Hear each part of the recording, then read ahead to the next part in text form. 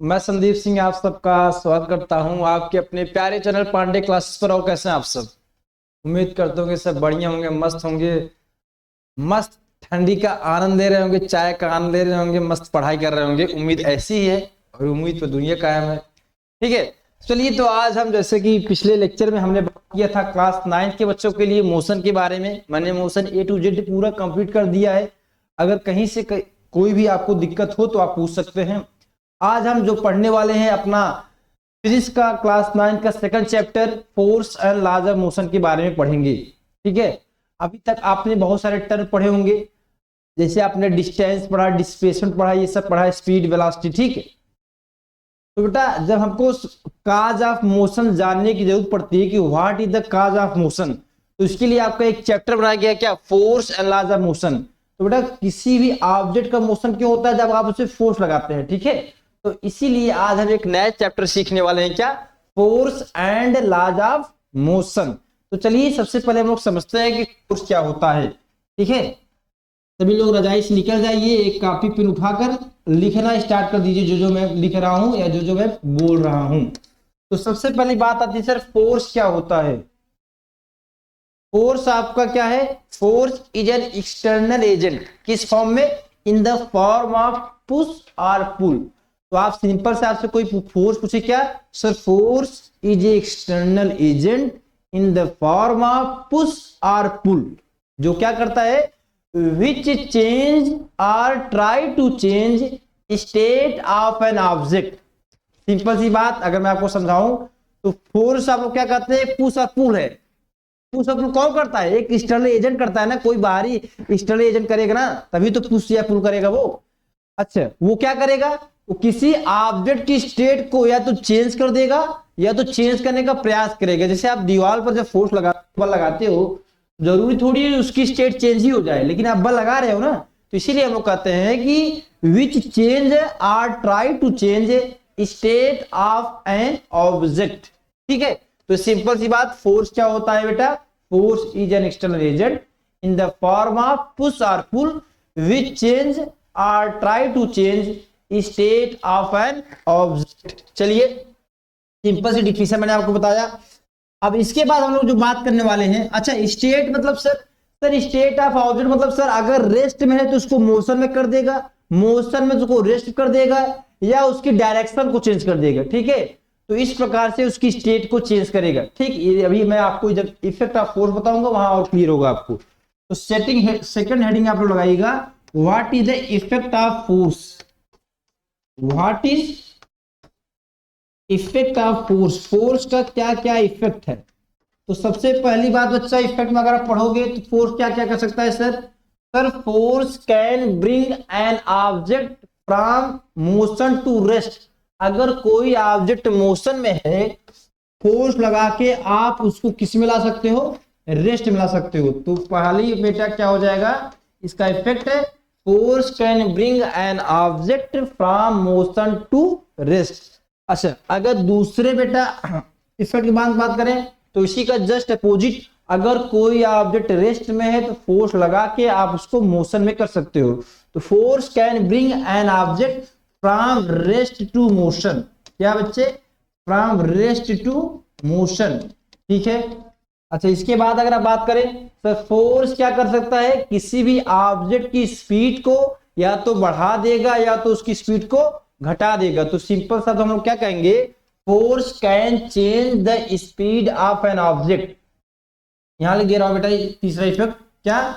It can change speed of an object. Can change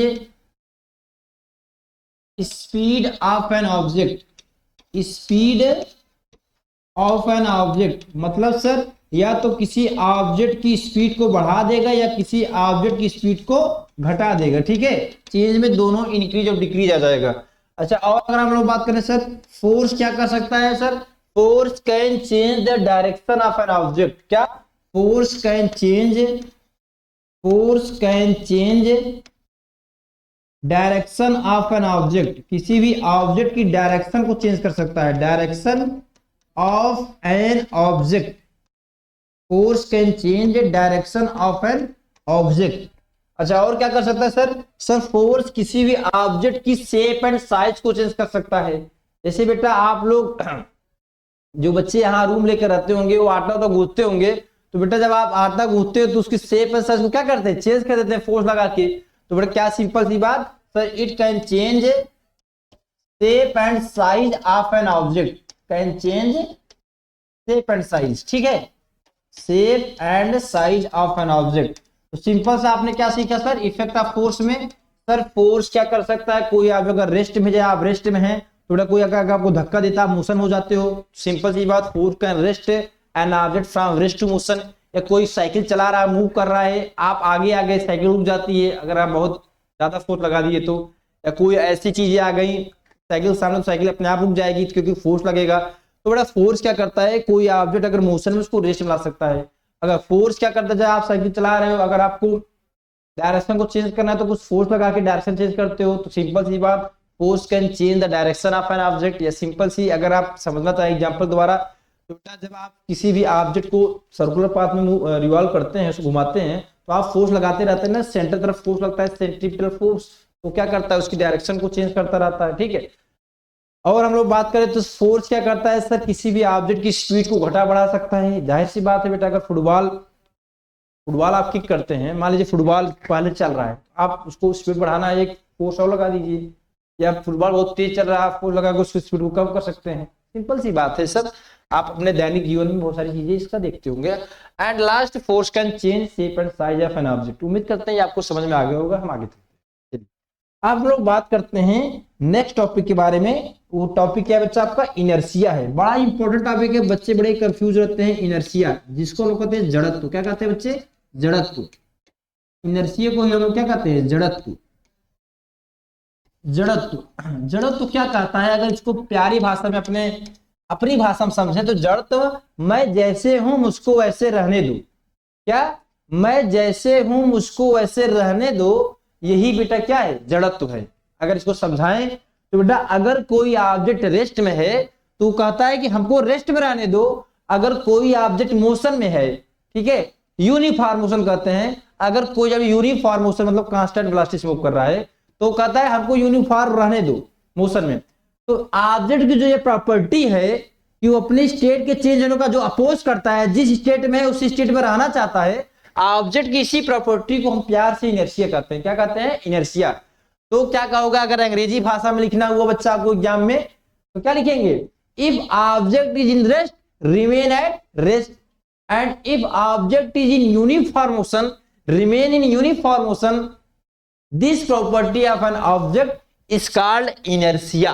अगर थोड़ा सा और शॉर्ट में अगर समझना चाहते हो sir, inertia is the property of an object which oppose to change in state of an object. मतलब है जो उसके स्टेट में जो चेंज होता है उसको जो अपोज करने की प्रॉपर्टी है वही क्या है बच्चा? आपका इनर्शिया है। अच्छा, इनर्शिया एक प्रॉपर्टी है, इसका कोई यूनिट नहीं होता है, ध्यान दीजिएगा। इसको बेटा कंपेयर कर सकते हो क्या सर? अगर जिस ऑब्जेक्ट का मास ज्यादा होगा उस ऑब्जेक्ट की इनर्शिया भी ज्यादा होगी। जिस ऑब्जेक्ट का अगर मास ज्यादा है उस ऑब्जेक्ट का इनर्शिया भी ज्यादा होगा। समझे? जैसे बेटा आप एक हाथी बैठा है, और एक बकरी है, पतली सी बकरी है बेचारी। और बेटा अगर हाथी रेस्ट में है तो बेटा हाथी की स्टेट को चेंज करने में आपको ज्यादा फोर्स लगाना पड़ेगा कि बेटा आपको बकरी की स्टेट को चेंज करने में? तो कौन अपने स्टेट को चेंज होने ज्यादा फोर्स कर रहा है सर? हाथी। क्यों? क्योंकि उसका मास क्या है? ज्यादा है। तो सिंपल सी बात आपको समझना है, जिस ऑब्जेक्ट का मास ज्यादा उस ऑब्जेक्ट की इनर्शिया ज्यादा। ये पूछता है कि inertia depend on mass, momentum, velocity, तो याद रखिएगा मास। अच्छा, जैसे मैं यहां से क्वेश्चन अगर निकाल दूं, कोई ऑब्जेक्ट है वो 10 मीटर पर सेकंड से मूव कर रहा है, उस ऑब्जेक्ट का मास 10 केजी है, और एक दूसरा ऑब्जेक्ट है उसका मास भी 10 केजी है, वो भी बेटा 20 मीटर पर सेकंड से मूव कर रहा है, तो बताइए किसका इनर्शिया ज्यादा या कम होगा? तो बेटा आप वेलोसिटी देकर घबराइएगा मत कि 10 से है 20 से है, क्योंकि इनर्शिया मास पे डिपेंड करता है। इसलिए दोनों ऑब्जेक्ट का मास 10 केजी है, इसलिए दोनों ऑब्जेक्ट का इनर्शिया भी क्या होगा? बराबर होगा। उम्मीद करते होंगे आपको ये समझ में आ गया होगा। चलिए, इसी पर डिपेंड बेटा। अच्छा, इनर्शिया भी कई टाइप होते हैं, जैसे मैंने आपको बताऊं, एक बेटा इनर्शिया ऑफ रेस्ट होता है। क्या होता है? Inertia of rest. Inertia of rest, एक बेटा आपका होता है क्या, inertia of motion, inertia of motion, और एक आपका होता है बेटा क्या, इनर्शिया ऑफ डायरेक्शन। क्या होता है बच्चे, इनर्शिया ऑफ डायरेक्शन।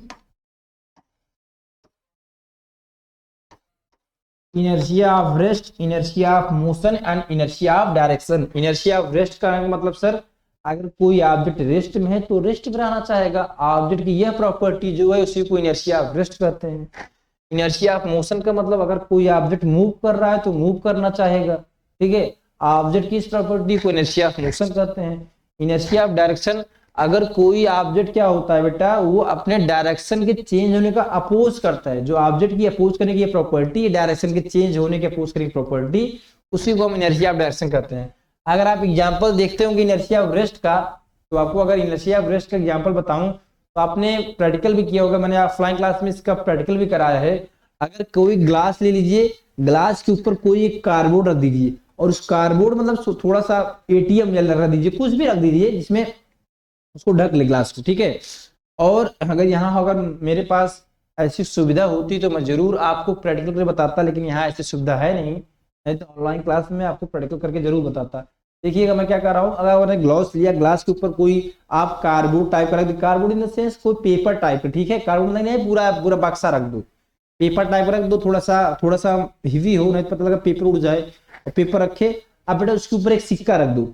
अब जैसे आप पेपर फोर्स लगाओगे, सिक्के पर आप फोर्स लगा नहीं रहे, आप फोर्स किस में लगा रहे हैं, पेपर पे, ठीक है। अब बेटा सिक्का किस में है, रेस्ट में है, तो सिक्का किस में रहना चाहेगा, रेस्ट में। तो पेपर फोर्स लगाओगे तो पेपर तो आगे चला जाएगा, लेकिन सिक्का नीचे गिर जाएगा, ग्रेविटी वजह नीचे गिरेगा, लेकिन सिक्का अपने ही पोजीशन पर है ना। तो इसी को कहते हैं सिक्का जिस पोजीशन में था उसी पोजीशन में रहना चाह रहा है। किस पोजीशन में था सर, सिक्का रेस्ट में था, क्वाइन, इसलिए वह रेस्ट में ही रहना चाह रहा है। तो यही आज की जो प्रॉपर्टी है कि जिस पोजीशन में रहना चाहता है उसी पोजीशन में रहना चाहता है, मतलब वही पोजीशन गेन की रहता है। तो ऑब्जेक्ट की यही प्रॉपर्टी को हम कहते हैं इनर्शिया। अगर रेस्ट में तो रेस्ट में जब रहना चाहता है तो उसको हम कहते हैं इनर्शिया ऑफ रेस्ट।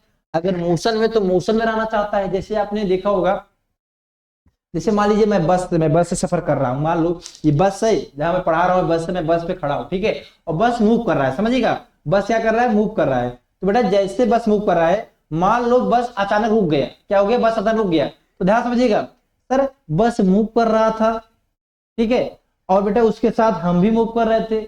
जब बस रुका तो सबसे पहले कौन सा अपने ह्यूमन बॉडी का कौन सा पार्ट रेस्ट में आएगा सर, लोअर पार्ट जो हमारे कांटेक्ट में है बस की, कौन सा, लोअर पार्ट ना। अच्छा, ये अपर पार्ट क्या कर रहा है, मूव कर रहा है, तो किस में रहना चाहेगा, मूव करना चाहेगा। इसलिए जब आप बस रुक जाती है तो आप आगे हो जाते हैं ना, होते नहीं होते हैं, क्यों होते हैं, इनर्शिया ऑफ मोशन की वजह से। अच्छा जैसे मान लीजिए आप चल रहे हैं अचानक रुक गए, तो अगर आप अचानक रुकते हैं जब, तो आप आगे तरफ गिर जाते हैं, क्यों, क्योंकि सर ये रुक गया, लेकिन ये वाला जो अपर वाला पार्ट है मोशन में रहना चाह रहा है, इसलिए हम आगे की तरफ चले जाते हैं। ठीक है, समझ में आया, मुझे लगता है आपको फील आ गया होगा इस चीज के बारे में, what is inertia of motion, समझ गए। तो इसी प्रकार अगर हम आगे बात करें, इनर्शिया ऑफ मोशन हो गया। इनर्शिया ऑफ रेस्ट में क्या होता है, जब बस अचानक स्टार्ट होती है तो हम पीछे हो जाते हैं, क्यों, क्योंकि जब अचानक स्टार्ट होती है तो ये वाला पार्ट रेस्ट में था, तो रेस्ट में ही रहना चाहता है, इसलिए पीछे हो जाते हैं। ठीक है भाई साहब, तो ये आपको समझ में आ गया होगा। चलिए हम आगे बढ़ते हैं, अब बात करते हैं न्यूटन्स लॉ के बारे में। ये आपका होगा इनर्शिया का कॉन्सेप्ट, मैंने अच्छी प्रकार आपको समझाया। अगर यही ऑफलाइन क्लास में तो थोड़ा सा और इलेबोरेट करता और एग्जांपल्स लेते, लेकिन हमको यहाँ वन शॉट में खत्म करना है, तो आपके समझने के लिए इतना ही है। तो बच्चा अगर हम बात करें न्यूटन्स लॉ ऑफ मोशन के बारे में, तो न्यूटन्स फर्स्ट लॉ के बारे में अगर हम लोग बात करें, न्यूटन्स फर्स्ट लॉ क्या कहता है, बहुत ध्यान से सुनिएगा। Newton's first law of motion, first law of motion, Newton's first law of motion, बहुत ध्यान से सुनिएगा बच्चे लोग। Newton's first law of motion, Newton का फर्स्ट लॉ हमसे क्या कहता है, बहुत ध्यान सुनिएगा। इसी को बेटा हम लॉ ऑफ इनर्शिया भी कहते हैं, क्योंकि ये इनर्शिया से रिलेटेड है, उसमें वही कॉन्सेप्ट यूज होता है। क्या कहते हैं इसको, इसी को हम बेटा क्या कहते हैं, लॉ ऑफ इनर्शिया। क्या कहते हैं, लॉ ऑफ इनर्शिया। तो ये क्या कहता है बेटा, ये कहता है कि अगर कोई ऑब्जेक्ट रेस्ट में है तो रेस्ट में रहना चाहेगा, अगर कोई ऑब्जेक्ट यूनिफॉर्म मोशन में है तो यूनिफॉर्म मोशन में रहना चाहेगा until and unless external force is applied, जब तक इस पे कोई बाहरी फोर्स ना लगाया जाए। अगर बाहरी फोर्स लगा दोगे तो उसकी स्टेट तो चेंज हो जाएगी ना। तो न्यूटन साहब यही कहते हैं फर्स्ट लॉ में अपने कि अगर कोई ऑब्जेक्ट रेस्ट में है तो रेस्ट में रहना चाहेगा, अगर कोई ऑब्जेक्ट मोशन में है, यूनिफॉर्म मोशन में है, तो यूनिफॉर्म मोशन को मेंटेन किया रहेगा जब तक उस पर कोई एक्सटर्नल फोर्स अप्लाई न किया जाए। सिंपल से याद रखना है, रटने की कोशिश मत करना, समझना एक एक चीज को। क्या लिखोगे अगर इंग्लिश में आपको एग्जाम में लिखना हुआ, sir if an object is in rest remain at rest, if an object is in motion remain uniform motion remain in uniform motion until and unless external force is applied। ठीक है, तो uniform मतलब constant velocity से move कर रहा है। ठीक है, वेलोसिटी कांस्टेंट है उसकी। ठीक, अभी बताइए अगर मैं कहता हूं मान लीजिए फ्रिक्शन उक्शन ना होता है, यहाँ पर फ्रिक्शन का खत्म खेला ही, तो बेटा अगर हम मूव कर रहे हैं ना तो हम मूव करते रहते हैं, हमेशा के लिए मूव करते रहते हैं, क्योंकि कोई फोर्स लग नहीं रहा है और न्यूटन साहब कर रहे हैं जो मूव कर रहा है कांस्टेंट वेलोसिटी से मूव करता रहेगा। अच्छा, कांस्टेंट वेलोसिटी इसलिए कर रहा है, यूनिफॉर्म मतलब कांस्टेंट वेलोसिटी। अगर बेटा वेलोसिटी में चेंज हो गया मतलब उस फोर्स लग रहा है तभी वेलोसिटी में चेंज हो रहा है ना, और फोर्स से जब तक नहीं लगेगा तब तक वो कांस्टेंट वेलोसिटी में ही रहेगा। अगर वेलोसिटी वेरिएबल हुई इसका मतलब फोर्स लग रहा है। ठीक है, चलिए, तो क्योंकि मैंने इफेक्ट आपको बताया था force can change speed of an object, तो ये चीज समझ आया। न्यूटन फर्स्ट लॉ क्या कहता है कि अगर कोई ऑब्जेक्ट रेस्ट में है तो अपनी रेस्ट की पोजीशन को मेंटेन करेगा, अगर कोई ऑब्जेक्ट यूनिफॉर्म मोशन में है तो अपनी यूनिफॉर्म मोशन की पोजीशन को मेंटेन करेगा जब तक उस पर कोई एक्सटर्नल फोर्स अप्लाई ना किया जाए। मतलब सर अगर इसको मैथमेटिकली समझे, अगर नेट फोर्स जीरो है बेटा तो उसका एक्सेलरेशन भी जीरो होगा, क्योंकि अभी मैं आपको बताऊंगा न्यूटन सेकंड लॉ में या फोर्स बराबर होता है आपका मास इंटू एक्सेलरेशन। क्या होता है? Mass into acceleration. तो आप इसको जब पढ़ेंगे तो आपको क्लियर होगा। अगर बेटा उसका नेट फोर्स अगर जीरो आ रहा है किसी भी ऑब्जेक्ट पर लगने वाला नेट फोर्स का मतलब ये नहीं होता है कि कुल फोर्स जीरो है। नेट फोर्स मतलब बहुत सारे फोर्स, मतलब नेट फोर्स का मतलब ये होता है, कुल फोर्स जीरो मतलब कहने की ऐसा है कि नेट फोर्स का मतलब ये नहीं होता कि उसको कोई फोर्स नहीं लग रहा है। नेट फोर्स कहने का मतलब बहुत सारे फोर्स लग रहे हैं लेकिन उनका जब सम करते हैं, डायरेक्शन को लेकर काम करते हैं, तो नेट फोर्स आपका कुल फोर्स जीरो आ जाता है। फोर्स लगते रहते हैं। ठीक है, तो अच्छा, अगर नेट फोर्स जीरो हो गया क्या किसी ऑब्जेक्ट का मास चेंज हो जाएगा? नहीं चेंज होगा सर, हम ऐसे कोई मैकेनिक्स नहीं पढ़ेंगे, रिलेटिविस्टिक मैकेनिक्स पढ़ेंगे, मास को मूव कर दे चेंज हो जाएगा। तो तब बेटा क्या चेंज होगा? एक्सेलरेशन। अगर नेट फोर्स जीरो है तो बेटा एक्सेलरेशन क्या हो जाएगा? जीरो होगा। तो ये चीज बेटा हम ही पढ़ते हैं कि अगर ऑब्जेक्ट पर लगने वाला नेट फोर्स अगर जीरो है तो उस ऑब्जेक्ट का एक्सेलरेशन भी जीरो होगा। यही कौन बताता है हमको? Newton first law of motion बताता है। ठीक है, आप स्टेटमेंट लिखिएगा और ये चीज लिख दीजिएगा, इफ एफ नेट बराबर जीरो तो net acceleration will be zero. Clear हो गया बेटा यहां तक? बताइए, न्यूटन फर्स्ट लॉ में किसी बच्चे को कोई दिक्कत, कोई समस्या, कोई परेशानी, दुख दर्द कुछ भी हो तो बता दो बच्चा, नहीं तो हम आगे चलते हैं ना। चलिए अब हम पढ़ते हैं बेटा न्यूटन सेकंड लॉ को पढ़ने से पहले हमको पढ़ना होगा मोमेंटम के बारे में। किसके बारे में? मोमेंटम के बारे में। तो ध्यान समझिए मोमेंटम क्या होता है बेटा। Momentum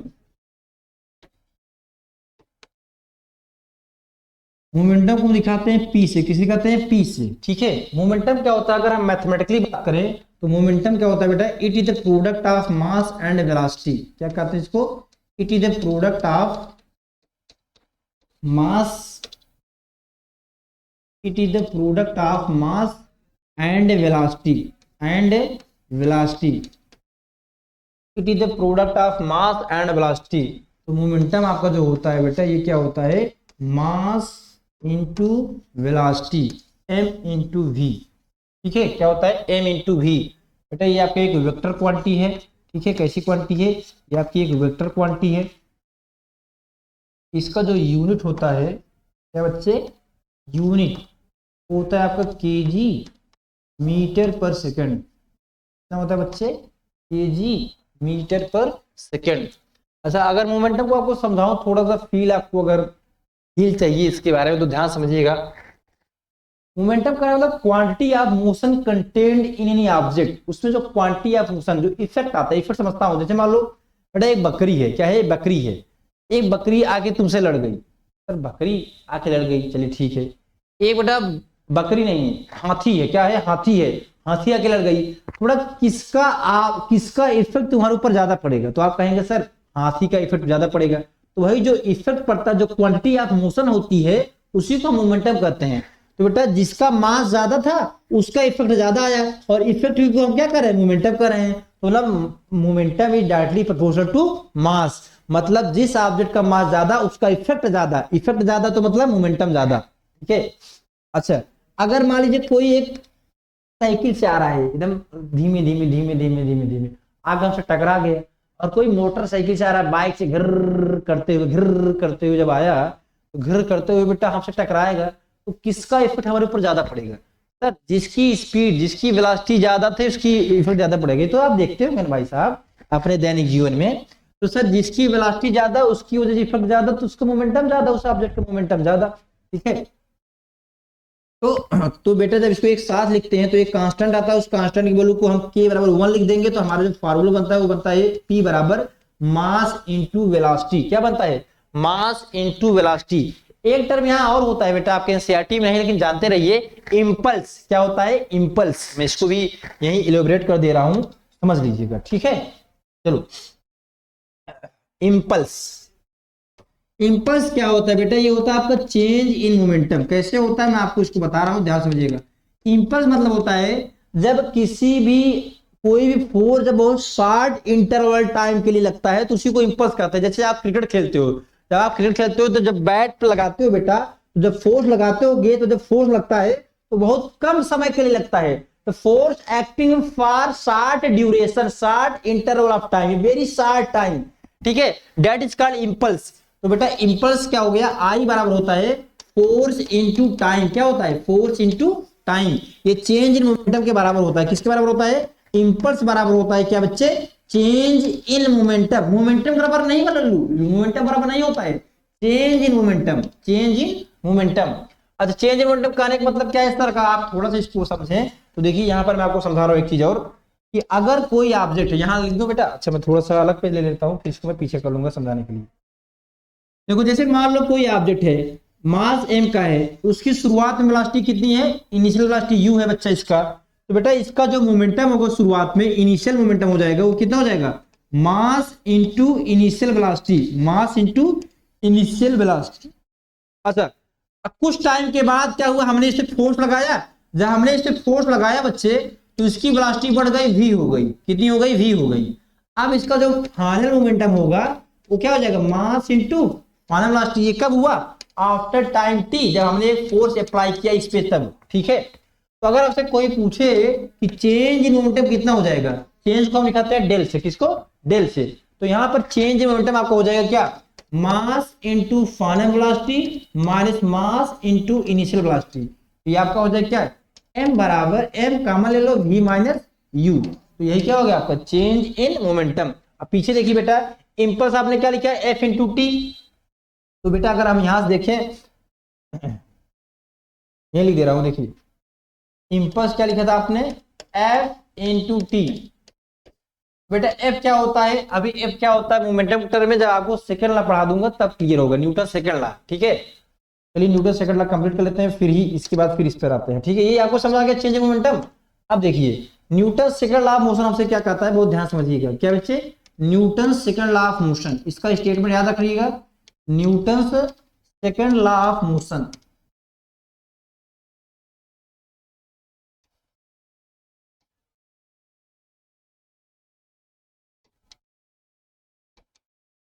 Newton second law of motion हमसे क्या कहता है? इसका स्टेटमेंट बहुत पूछा जाता है एग्जाम में, बहुत बार पूछा गया इसका स्टेटमेंट एग्जाम में, इसलिए इस चीज को आप दिमाग से अपनी कॉपी पर नोट कर लीजिएगा। ठीक है, क्या कहता है sir? Rate of change of momentum. क्या कहता है बच्चे? ये rate of change of momentum, rate of change of linear momentum. अच्छा, जो मैं बात कर रहा हूं मोमेंटम, मोमेंटम बेटा ये हम लीनियर मोमेंटम बात कर रहे हैं, क्योंकि बेटा एंगुलर मोमेंटम भी होता है, आप हायर क्लास पढ़ेंगे 11th में। तो हम जो यहाँ बात कर रहे हैं वो लीनियर मोमेंटम के बारे में बात कर रहे हैं, ध्यान समझिएगा। Rate of change of linear momentum, linear momentum is a directly proportional to, is a directly proportional to external force applied, is a directly proportional to external unbalanced force applied, external force applied, force applied मतलब क्या कह रहा है बेटा, इसको ध्यान समझिएगा। Rate of change of momentum, देखो इसमें दो टर्म है बेटा, अगर आप इसको ध्यान से देखेंगे इसमें दो चीजें हैं। एक आपका है रेट, बेटा क्या है आपका, एक रेट है, और एक आपका है चेंज ऑफ लीनियर मोमेंटम। तो रेट का मतलब होता है टाइम, जैसे आप कहते हैं rate of change of distance, मतलब डिस्टेंस पर यूनिट टाइम, उसी को हम रेट भी कह देते हैं, ठीक है। तो इसको अगर हम मैथमेटिकली लिखें तो मैथमेटिकली इसको लिख सकते हैं, यह बराबर क्या, यह बराबर चेंज इन मोमेंटम मतलब डेल पी, और रेट लिखा गया बेटा, रेट जब लिखा रहता है तो नीचे क्या लगा देते, टाइम लगा देते हैं, तो ये हो जाता है यह बराबर del P upon T, del P upon T. अब ये इसमें कहना क्या चाह रहा है कि बेटा अगर आप मोमेंटम चेंज मतलब कोई ऑब्जेक्ट, अगर मान लो कोई ऑब्जेक्ट मास m है, उसकी शुरुआत में वेलोसिटी u है, अगर वेलोसिटी आप ज्यादा बढ़ाना चाह रहे हो तो फोर्स ज्यादा लगाना पड़ेगा। मतलब अगर मोमेंटम में ज्यादा चेंज करना चाह रहे हैं आप लोग, तो मोमेंटम में ज्यादा चेंज करने के लिए आपको फोर्स ज्यादा लगाना पड़ेगा। अच्छा टाइम सर, तब टाइम है कि कितने टाइम में आपका वेलोसिटी में चेंज हो रहा है। मतलब जैसे मान लो अगर मैं एग्जांपल द्वारा आपको समझाऊं, इसको समझ लीजिएगा बेटा, थोड़ा सा मैं डीप में चला जाता हूं, बहुत ध्यान समझ लीजिएगा। यह बराबर मैंने क्या लिखा है यहाँ पर सर, यह बराबर हमने लिखा है डेल पी अपान टी। अब इसका मतलब क्या हुआ सर, इसको थोड़ा अगर आप इलोबरेट करेंगे तो बच्चे रट लेते लेकिन समझ नहीं पाते। जैसे मान लो कोई ऑब्जेक्ट आपका मास m है, उसकी वेलोसिटी u है, कितनी है, u है, और बेटा कुछ टाइम के बाद जब आपने इसे फोर्स लगाया, इसी मास ऑब्जेक्ट मास m की वेलोसिटी मान लो कुछ टाइम बाद कितनी हो गई, v हो गई, फोर्स f लगाने पर। तो बेटा कितने टाइम में इसका वेलोसिटी चेंज हुआ, मतलब मोमेंटम में चेंज और कितने टाइम हो रहा है। अगर तुम मोमेंटम के चेंज होने का टाइम बढ़ा दोगे, समझिएगा ध्यान से, अगर मोमेंट ये जो टाइम है ये मोमेंटम के चेंज होने का टाइम है, मतलब जो वेलोसिटी चेंज होती है उसकी वजह से मोमेंटम में चेंज आता है ना। तो बेटा अगर मोमेंटम में चेंज होने का टाइम बढ़ा दोगे तो फोर्स कम लगेगा। क्या लगेगा, फोर्स कम लगेगा, क्योंकि देखो ये इनवर्सली प्रोपोर्शनल है। आप एक्सपेरिमेंटली भी देख सकते हैं, जैसे बेटा जब आप क्रिकेट खेलते हैं तो आपने देखा होगा जब आप कैच पकड़ते हैं तो अपने हाथ को क्या करते हैं, थोड़ा पीछे खींच लेते हैं। पीछे क्यों खींचते हैं, क्योंकि जो मोमेंटम के चेंज होने का टाइम है, टाइम इंटरवल को हम बढ़ा देते हैं, तो हमारे हाथ पर फोर्स क्या लगता है, कम लगता है, इसीलिए बेटा हम ऐसा करते हैं। समझ में आया। तो इसमें दो चीजें हैं, एक होता है चेंज इन मोमेंटम, अगर आप चेंज इन मोमेंटम को ज्यादा बढ़ाना चाह रहे हैं, ज्यादा चेंज इन मोमेंटम करना चाह रहे हैं, ज्यादा फोर्स लगाना पड़ेगा। अच्छा जो चेंज इन मोमेंटम कर रहे हैं उसका टाइम जो है, चेंज मोमेंटम को चेंज करने का जो टाइम है, अगर उस टाइम को बढ़ा देंगे तो आपके ऊपर फोर्स कम लगेगा, अगर उस टाइम को कम कर देंगे फोर्स ज्यादा लगेगा। एग्जाम्पल और अगर आपको बताऊं, इस पर एप्लीकेशन ही है, एग्जाम पूछता भी है। जब बेटा किसी ऑब्जेक्ट को आप फर्श पे गिराते हो, देखो अगर शीशे को फर्श पे गिराओगे टूट जाएगा, लेकिन उसी को आप बालू पे गिराओगे, किस पे, बालू पे, तो टूटेगा नहीं। क्यों नहीं टूटता है, क्योंकि सर जब बालू पे गिरता है तो उसका जो मोमेंटम वेलोसिटी की चेंज होती है वो टाइम इंटरवल बढ़ जाता है। देखो जब बालू पे गिरता है थोड़ा सा नीचे चला जाता है ना, थोड़ा सा क्या होता है, नीचे चला जाता है, तो इसीलिए मोमेंटम के चेंज होने जब टाइम बढ़ जाता है तो फोर्स कम लगता है, इसलिए बालू पे गिराने पर आपका गिलास या शीशा टूटता नहीं है। ठीक है, समझ गए ना, समझ रहे हो ना। चलो आगे बात करें, तो ये बेटा आपका होगा चेंज इन मोमेंटम, ठीक है, डेल पी अपान टी। अब बेटा अगर यही हम देखें ध्यान से, अगर यही हम समझे एक चीज और, ध्यान समझिएगा बच्चे आप लोग,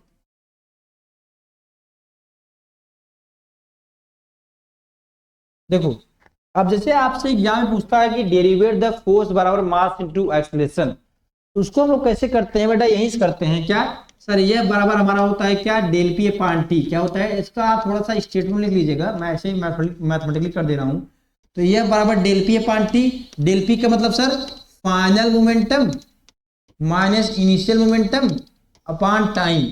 सर फाइनल मोमेंटम क्या है sir, mass into final velocity, initial momentum मतलब सर थोड़ा डायग्राम बना देना, ठीक है, mass into initial velocity upon time.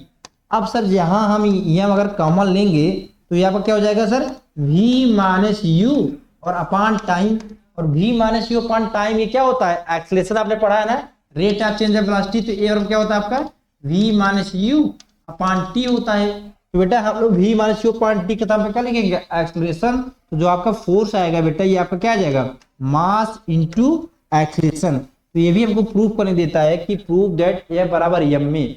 उसको कैसे प्रूव करेंगे, इसी प्रकार करना है। थोड़ा सा अगर आप यहाँ डायग्राम बना देंगे तो एग्जामिनर को और अच्छा लगेगा। मान लो कोई ऑब्जेक्ट है, इस बेटा ये यू वेलोसिटी से मूव कर रहा है, ठीक है, इनिशियल वेलोसिटी है। उस समय के बाद जब आपने फोर्स अप्लाई किया तो इसकी वेलोसिटी कितनी हो गई, वी हो गई। तो बेटा आप लिखिएगा initial momentum sir M U होगा, थोड़ा लिख देंगे ना, नंबर अगर 3-4 नंबर पूछेगा तो आपको नंबर अच्छा देगा एग्जामिनर। बाकी समझने के लिए मैंने आपको समझा ही दिया है। तो सर चेंज मोमेंटम कितना हो जाएगा sir, M V minus U. तो बेटा जब आप यहाँ एक इक्वेशन बना लीजिएगा और इसी को जब आप यहाँ पुट करेंगे डेल पी के स्थान पर तो ये चीज आपका आएगा। इसके बाद आप आगे काम कर दीजिएगा, ठीक है। समझ में आया बच्चे ये चीज, तो हमने पूरा आपको डेरिवेट भी करा दिया, ठीक है। इस वन शॉट में मैंने आपको डेरिवेट भी करा दिया, कैसे इसको हम डेरिवेट करते हैं। यहाँ तक कोई समस्या कोई दिक्कत जल्दी बताइए भाई साहब, कोई समस्या कोई दिक्कत हो जल्दी बताइए। कोई दिक्कत नहीं, चलिए अगर आपको कोई दिक्कत नहीं तो हम आगे बढ़ते हैं। तो ये आपका हो गया बेटा। अच्छा हाँ, मैं इम्पल्स की बात कर रहा था। इम्पल्स बराबर मैं आपको बताया था, देखिए मैं कह रहा था कि इम्पल्स बराबर जो होता है आपको चेंज इन मोमेंटम बराबर होता है। कैसे होता है उसको देख लीजिए सर। आपने कहा कि इम्पल्स का जो फार्मूला आपने बताया था, पीछे बताया था, force acting for short interval of time. आप डेल देखो भाई, आप यहाँ जैसे आप यह बराबर लिखते हो ना, यहाँ del P upon del T भी कर सकते हो, ठीक है, कोई दिक्कत नहीं है। असल में मैं डेल टी को क्या करता हूँ बेटा, मैं शुरुआत के टाइम को 0 मान लेता हूँ और किसी टाइम में जब इसकी वेलोसिटी चेंज होती है इसको टी मान लेता हूँ। टी माने 0 करते हैं तो आपका ये टी ही आ जाता है, इसलिए मैं डेल पी पर टी लिख देता हूँ। अगर आपको डेल टी करना है तो आप किसी बुक में अगर आप डेल टी देख ली तो घबराइएगा मत, सर यहाँ तो डेल टी लिखा है। डेल टी मतलब चेंज इन टाइम बेटा, मतलब शुरुआत में टाइम t1 था, बाद में t2 हो गया, तो इसको क्या लिखोगे sir, del P upon t2 minus t1 लिख दोगे। तो वहां आप कॉन्सेप्ट में मत संदेह करिएगा सर यहाँ टी लिखा है यहाँ डेल टी लिखा है। असल में जनरली डेल टी ही होता है।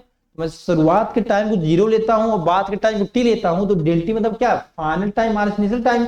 टी माइनस 0 करता हूँ तो टी आ जाता है, सिंपल सा, तो समझिएगा, ठीक है। तो ये बार डेल टी बेटा, ये भी यहाँ भी डेल टी होगा। डेल टी मतलब शॉर्ट ड्यूरेशन, जब इंटरवल बहुत छोटा रहता है। तो ये बराबर क्या होता है सर, ये बराबर आपका होता है change in momentum upon time, और इनटू टाइम पहले से है तो टाइम टाइम क्या हो जाएगा, कैंसिल। इसीलिए हम लोग कहते हैं कि जो इम्पल्स बराबर होता है वो डेल पी मतलब चेंज इन मोमेंटम क्या होता है, बराबर होता है। समझ में आया। तो जो आपका इम्पल्स होता है वो चेंज इन मोमेंटम के बराबर होता है। यहाँ तक क्लियर है बच्चे। किसी बच्चे को कोई दिक्कत कोई समस्या हो तो आप हमको बता सकते हैं मेरे लल्ले, कोई दिक्कत नहीं ना। चलिए हम आगे बढ़ते हैं, नेक्स्ट टॉपिक बात करते हैं। अब हम आते हैं Newton's third law of motion पर। किस पर आते हैं, Newton's third law of motion पर। Newton's third law of motion.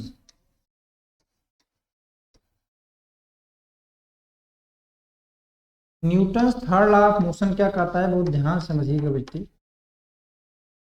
ये कहता है for every action there is equal and opposite reaction. आप लोग याद करे होंगे सर, अगर उसने हमको एक थप्पड़ मारा, हमने उसको एक थप्पड़ मारा, ये न्यूटन्स थर्ड लॉ नहीं है बेटा, गलती से मत कहिएगा आज बाद, नहीं तो जान लो हम तुमको थप्पड़ मारेंगे फिर। बेटा न्यूटन्स लॉ अभी पूरी तुम उसके बारे में समझे नहीं हो ना, आज मैं आपको समझाता हूँ। अभी तक आप तो रटते आए हैं, for every action there is equal and opposite reaction. वो चीज होता है लेकिन उसमें और कुछ होता है। एक्शन रिएक्शन क्या होता है, कैसे होता है, कितने टाइम के लिए, क्या नेचर होता है, इन सब बारे में आप तो जानते नहीं है, 6 रट लिए हैं। ध्यान से सुनिएगा। सबसे पहले मैं आपको ही बताता हूँ जो आपने पढ़ा है क्या सर। देखो इस कॉन्सेप्ट गलत नहीं कर रहा हूँ गधे, मैं कह रहा हूँ कि आप कुछ और चीजें में जान लीजिए। For every action, for every action there is equal and opposite reaction. For every action there is equal and opposite reaction.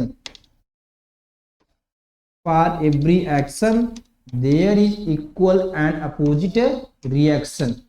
इसका मतलब बेटा जैसे मान लो अगर कोई एक ऑब्जेक्ट, दो ऑब्जेक्ट है, एक ऑब्जेक्ट दूसरे ऑब्जेक्ट पर फोर्स F लगा रहा है तो दूसरा ऑब्जेक्ट पहले ऑब्जेक्ट पर भी फोर्स F ही लगाएगा। If an object apply a force on another object then another object apply equal and opposite force on the first object। यही क्या है, न्यूटन्स थर्ड लॉ है। अच्छा इसमें कुछ पॉइंट बेटा क्या रखना है कि जो एक्शन रिएक्शन होते हैं वो दोनों फोर्स सेम नेचर के होने चाहिए। Action and reaction force must be of same nature. Action and reaction force must be of same nature, must be MCQ पूछता है बेटा, तो इसलिए इसको समझ लीजिएगा। Must be of same nature, दोनों का नेचर सेम होना चाहिए। Action and reaction force must be of same nature. Nature का नहीं मतलब सर, अगर पहला फोर्स ग्रेविटेशनल फोर्स लगा रहा है पहला ऑब्जेक्ट दूसरे ऑब्जेक्ट पर, तो दूसरा ऑब्जेक्ट भी पहले ऑब्जेक्ट पर ग्रेविटेशनल फोर्स ही लगाना चाहिए। ऐसा नहीं है कि इसने फोर्स mg लगाया ग्रेविटेशनल फोर्स, ये कोई नॉर्मल फोर्स लगा दी। नॉर्मल फोर्स आप बात पढ़ोगे, जब कोई अगर किसी कांटेक्ट में होता है तो एक परपेंडिकुलर फोर्स लगता है, ठीक है, उसी को हम नॉर्मल फोर्स कहते हैं ना। तो याद रखिएगा, जो भी एक्शन कर रहा है जो भी रिएक्शन कर रहा है उसका नेचर सेम होना चाहिए, मतलब दोनों सेम फोर्स होने चाहिए। अगर ये ग्रेविटेशनल फोर्स तो ये भी ग्रेविटेशनल फोर्स, अगर ये इलेक्ट्रिक फोर्स ये भी इलेक्ट्रिक फोर्स, ठीक है, तो ये चीज होता है। अच्छा, दूसरी चीज सर, जब एक्शन और रिएक्शन फोर्स लगता है तो कोई इसमें टाइम डिले नहीं होना चाहिए कि एक्शन अब लगा और 10 सेकंड बाद रिएक्शन लग रहा है। There is no time delay between किसके बीच, एक्शन रिएक्शन फोर्स। इसलिए मैं कहता हूं, कहता है नहीं अगर उसने एक थप्पड़ मारा तो हमने भी एक थप्पड़ मारा तो एक्शन रिएक्शन कर दिया, तो वो न्यूटन लॉ अप्लाई नहीं करेगा यहाँ पर, क्योंकि एक्शन रिएक्शन होने का टाइम जो होना चाहिए उसमें कोई डिले नहीं होना चाहिए। जैसे एक्शन जस्ट रिएक्शन, ठीक है। There is no time delay between action reaction, इस पॉइंट को नोट कर लीजिएगा। There is no time delay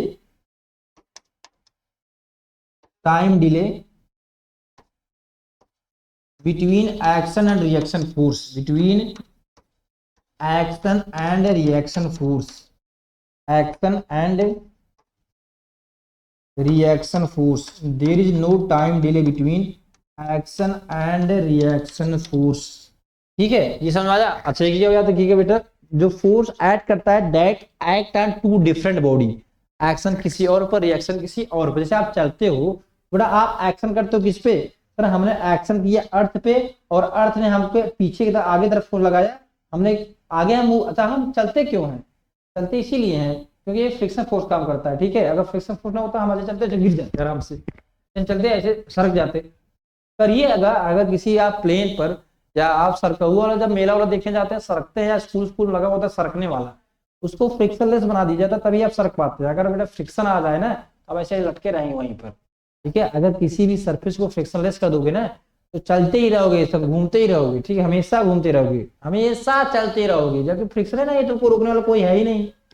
इसी पर हमारे न्यूटन फर्स्ट लॉ पर ही हमारे एलन मस्क साहब, आप जानते होंगे टेस्ला के सीईओ या फाउंडर जो भी कहिए, वो उस पर एक काम कर रहे हैं। एलन मस्क साहब न्यूटन फर्स्ट लॉ पर ही कोई एक ट्रेन बना रहे हैं कि उसको एक बार चला देंगे तो बिना पेट्रोल डीजल चलता ही रहेगा। अब रुकने के लिए कोई ना कोई सिस्टम है, मैं आपको ये बता रहा हूँ कि वो कौन सा एप्लीकेशन यूज कर रहे हैं, ठीक है। तो न्यूटन फर्स्ट लॉ है भले आसान, लेकिन यूज बहुत बड़ा, बहुत बड़े बड़े आपके जो भी एप्लीकेशन होते हैं, जो भी इंस्ट्रूमेंट बनाए जाते हैं साइंटिफिक फिजिकल फिजिक्स में, वो सब अप्लाई होते हैं उसमें, ये सब लॉ, ठीक है। इसलिए अभी आप थ्योरी पढ़ रहे हो, एप्लीकेशन पोर्शन जब आप बड़े हो जाओगे, एमएससी करोगे या कहीं रिसर्च करोगे, तो आप उसके एप्लीकेशन जब पढ़ोगे तो आपको और आनंद आएगा, उसको कहते हैं फील आना, फिजिक्स में डूबना, ठीक है। चलिए, तो आपने समझा सर। चौथा पॉइंट मैंने क्या बताया सर, कि फोर्स एक्शन और reaction force act on two different body, ठीक, उसको भी नोट कर लीजिए। टू डिफरेंट बॉडी, जब पूछता है कि same body, no no, two different body पर एक्ट करता है, ठीक। तो ये बेटा क्या हो गया आपका Newton third law of motion. अब हम लास्ट तक पढ़ते हैं कंजर्वेशन ऑफ मोमेंटम। क्या पढ़ते हैं, law of conservation of momentum, ठीक है। तो हम लोग क्या पढ़ते हैं, law of conservation of momentum, law of conservation of momentum, conservation of momentum, law of conservation of momentum, law of conservation of momentum. ये क्या कहता है, बहुत ध्यान समझिएगा। देखिए भाई साहब, जैसे मान लो कोई ऑब्जेक्ट है, ठीक है, दो ऑब्जेक्ट है, एक ऑब्जेक्ट ए है और दूसरा ऑब्जेक्ट क्या है, बी है। सर पहले ऑब्जेक्ट का मास m1, दूसरे ऑब्जेक्ट का मास क्या है, m2 है। बेटा इसकी वेलोसिटी मान लो शुरुआत में इनिशियल वेलोसिटी u1 है और इसकी इनिशियल वेलोसिटी क्या है, u2 है। ये दोनों मूव कर रहे हैं और बेटा b u2 greater than u1 है, मतलब पहले की वेलोसिटी b की वेलोसिटी क्या है, u से a से ज्यादा है। बेटा मान लो, अच्छा सॉरी, b की वेलोसिटी a से कम है, क्योंकि तभी टकराना है ना, क्योंकि इनको टकराना है, इनको टकराएंगे, एक दूसरे से टक्कर करवाएंगे। टक्कर कराने के क्या करेंगे, b की वेलोसिटी हम कहेंगे थोड़ा धीमे चल और ये थोड़ा तेज चलेगा, तो कुछ समय बाद आप देखोगे तो ये दोनों ऑब्जेक्ट क्या होगा, एक दूसरे से टकरा जाएंगे। जब एक दूसरे से टकराएंगे बेटा a और b, तो बेटा ये इस पे फोर्स लगाएगा, तो हम इसको लिखते हैं force on B due to A, और इक्वल एंड अपोजिट फोर्स ये इस पे लगाएगा, तो उसको लिखेंगे क्या, force on A due to B. ठीक है, और ये जो दोनों फोर्स लगते हैं एफ ए बी और एफ बी ए, इनका मैग्नीट्यूड बेटा बराबर होता है, लेकिन इनका साइन क्या होता है, डायरेक्शन अपोजिट होता है। इसलिए अगर हम इसको वेक्टर लिखते हैं, जब वेक्टर लगाते हैं तो यहाँ माइनस साइन लगा देते हैं। वेक्टर आप पढ़े होंगे, ये वेक्टर का साइन है बेटा, अगर आप नहीं जानते हो जानते रहिए, ये वेक्टर का साइन है। ठीक है, वेक्टर अगर किसी ऊपर हम ऐसे एरो कर लगा देते हैं, इसको हम वेक्टर का साइन करते हैं। ठीक है, तो आप ऐसे लिख दीजिए, अगर आप वेक्टर नहीं पढ़े हो तो एफ ए बी बराबर क्या, माइनस एफ बी ए। ठीक है, सिंपल आप समझते रहिए, वेक्टर होता है फोर्स, क्योंकि इस पर डायरेक्शन होती है। अच्छा, इसके बाद क्या होगा, जब टकराएंगे बेटा तो ए की वेलोसिटी मान लो हो गई v1, कितनी हो गई v1, और बी की वेलोसिटी कितनी हो गई सर, इसकी वेलोसिटी हो गई v2। ठीक है, तो ए हो गया, ये आपका बी हो गया, मास m है इसका भी और मास m इसका मास दोनों का सेम है, ध्यान दीजिएगा भैया, मास दोनों का क्या है सेम है। अच्छा, m1 है ना, इसका m1 है, इसका m2 है, सॉरी बच्चे, m1 m2। अब बेटा ये जो कंडीशन है, ये कंडीशन, अच्छा ये मैं एरो जो लगाया हूं समझ रहा हूं ना, ये आपका वेक्टर है। ठीक है, आप नहीं लगाएंगे तब भी काम चलेगा, क्योंकि आप में वेक्टर नहीं है। तो बेटा ये आपका है बिफोर कोलिजन, क्या है, बिफोर कोलिजन, कोलिजन के पहले की बात है, जब टकराए नहीं थे दोनों ऑब्जेक्ट, तब की बात हो रही है कि एक ऑब्जेक्ट का मास m1 जो कि u1 वेलोसिटी चल रहा है, दूसरा ऑब्जेक्ट का मास m2 जो कि u2 वेलोसिटी चल रहा है। जब ये टकरा गए बेटा, तो ये किसकी बात हो गई, एट कोलिजन या ड्यूरिंग कोलिजन, कुछ भी लिख सकते हैं आप लोग, ड्यूरिंग कोलिजन। जब ये टकराए तो पहले ने दूसरे फोर्स लगाया और दूसरे ने पहले फोर्स लगाया, इक्वल एंड अपोजिट। और ये बेटा केस क्या है, आफ्टर कोलिजन, क्या बेटे, आफ्टर कोलिजन। कोलिजन के बाद बेटा उन दोनों की वेलोसिटी क्या हो जाएगी, अलग अलग हो जाएगी। जो आपका आप m1 ऑब्जेक्ट था, मास ए ऑब्जेक्ट था जिसका मास m1 था, उसकी वेलोसिटी v1 हो गई, और जो आपका बी ऑब्जेक्ट था जिसका मास m2 था, उसकी वेलोसिटी क्या हो गई, v2 हो गई। तो बेटा इसी चीज को अगर हम स्टेटमेंट करते हैं, तो law of conservation of momentum हमसे ये कहता है कि क्या, law of conservation of momentum हमसे क्या कहता है कि टोटल मोमेंटा बेटा मोमेंटम का बहुवचन है, प्लूरल है, total momenta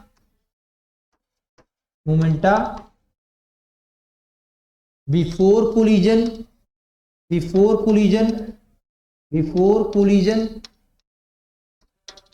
total momentum of the object, दोनों ऑब्जेक्ट का टोटल मोमेंटम मतलब जो दोनों ऑब्जेक्ट का मोमेंटम ऐड करके। ठीक है, दोनों मोमेंटम को ऐड करके, for collision is equal to total momenta of the object after collision, total momenta of the object, momenta लिख दे रहा हूं ना, मोमेंटा। ठीक है, लिख लीजिएगा मोमेंटा, MOMENTA लिख दीजिएगा भाई। अरे स्पेलिंग पे ध्यान मत दीजिएगा, यहाँ फिजिक्स पढ़ा रहा हूँ आपको, पता लगा तुम है गुरु जी आपने मोमेंटम इसमें गलत लिख दिया, कैसे सर, क्या लिखोगे, total momenta before collision is equal to total momenta of the object after collision.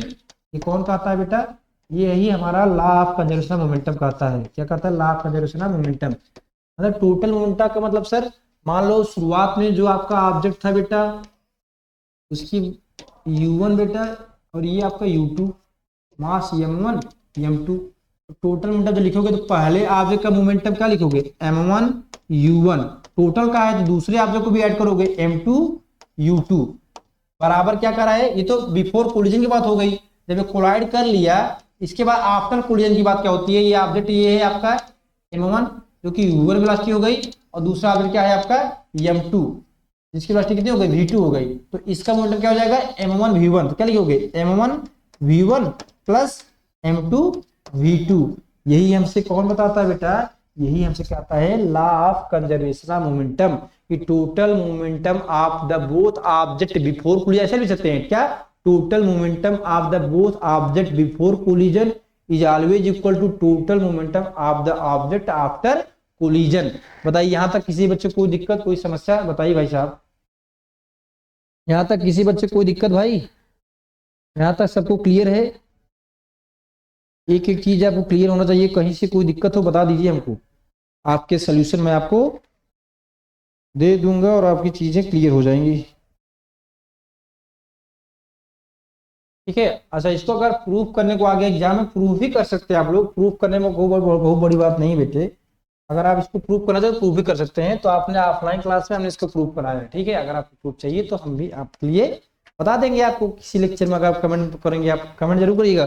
और सही बच्चे प्रूव भी करेंगे एग्जाम में, ठीक है, सभी चीज को प्रूव करेंगे अपने घर में बैठकर, और नहीं आएगा तो हमको कमेंट बताएगा सही इसका प्रूफ को नहीं आया, तो बेटा अगर हम नेक्स्ट चैप्टर जब लेकर आएंगे तो आपको प्रूफ बता देगा। सर मैं बहुत शॉर्ट लेक्चर है, मैं सोचता हूँ कि आपका एक रिवीजन टाइप का हो जाए, आप चैप्टर को रिवाइज कर लो और उसको पढ़ सकते, उसको आराम से न्यूमेरिकल में लगा सको। अगर आपको कंप्लीट में पढ़ना है तो आप Pandey classes offline class join कर सकते हैं। आपका प्रयागराज में पांडे क्लासेज ऑफलाइन क्लास, जो कि 5 फरवरी से आपका एडमिशन भी स्टार्ट हो गया है, ठीक है। और क्लास 9, 10 IIT, नीट, 11, 12 फाउंडेशन जो भी आप पढ़ना चाहते हो।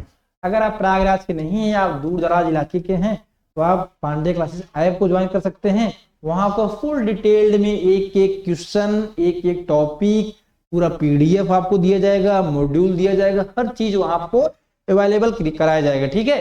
ठीक है, आज के लिए इतना रखते हैं। हमने आज के लेक्चर में पूरा Newton laws of motion, force and laws of motion पूरा एक शॉर्ट में A to Z कंप्लीट कर दिया है। आप रिवाइज कीजिए, पढ़ते रहिए, मुस्कुराते रहिए। You can do whatever you want to do, but please keep study. Thank you so much.